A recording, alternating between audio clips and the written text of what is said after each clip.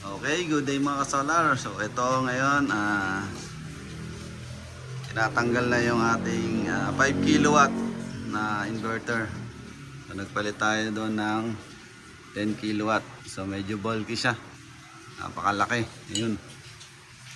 Ayan, tinatanggal na yung 5 kilowatt na rimata na eh. Yan na yung bagong may-ari.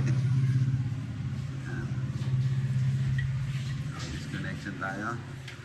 So nagpalit nga pala tayo ng inverter dahil yung ating capacity is hindi na makompensate yung ating load. Medyo malaki na ulit yung ating bill sa kuryente dahil nga sa dami ng na-add na appliances. So kailangan din nating mag-upgrade. So kung tatanungin kung sulit tong ating 5 kilowatt, so parang ROI na siya yung inverter natin. Dahil almost 2.5 or 3 years na yung ating inverter, and then yung harvest niya is malaki-laki na. Ayan, ito yung ating setup. So upgrade tayo ngayon sa 10 kilowatt, and then also mag-upgrade tayo ng battery dahil nga lumaki yung ating load consumption, and then also upgrade na rin tayo ng ating panels. Yung ating 10 kilowatt na inverter is kaya ang i-handle yung 15 kilowatt na capacity ng ating PV. And then kaya na rin dahil 25 amps yung kanyang IMP, and then yung ISC nya is 34. So 34 amps na. So kaya na i-handle yung ating malalaking panel. Capacity panel na ating 630 watts. So kaya na i-handle yan. Kaya tayo nagpalit ng ating inverter.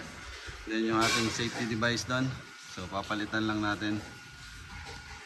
Overall yan, masasabi nating ROI yan. Then pag brown out, meron tayong ilaw. Ayan. Medyo tinatanggal na nila. Medyo maraming kalat. So hindi natin ma-appreciate yung ating inverter sa video kasi medyo maliit lang siya. Pero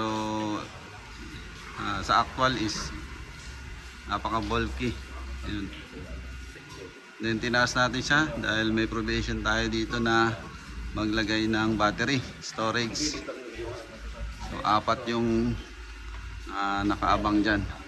Battery storage. Ayun, dahil nga lumalaki yung ating demand, and then pataas na rin ng pataas yung kuryente, nag-average na tayo ulit ng 1.5 yung ating bills. So kailangan natin i-compensate. That's why nag-upgrade tayo ng 10 kilowatt.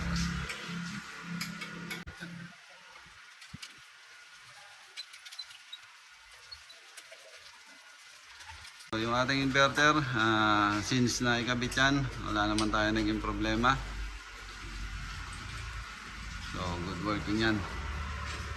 Need lang talaga nating mag-upgrade para ma-compensate natin yung ating load consumption which is lumalaki. Ayan. And then also para makater natin yung large capacity ng panels, yung mga bagong labas na panels ngayon. So para siyang computer, need natin mag-upgrade. Ayan. Ayan guys. So wawiringan muna natin yan, and then pwede natin siguro i-vlog sa susunod na video natin. For the meantime, sign out muna tayo mga kasolar. Thank you for watching sa ating mga videos. Yan. Thank you very much.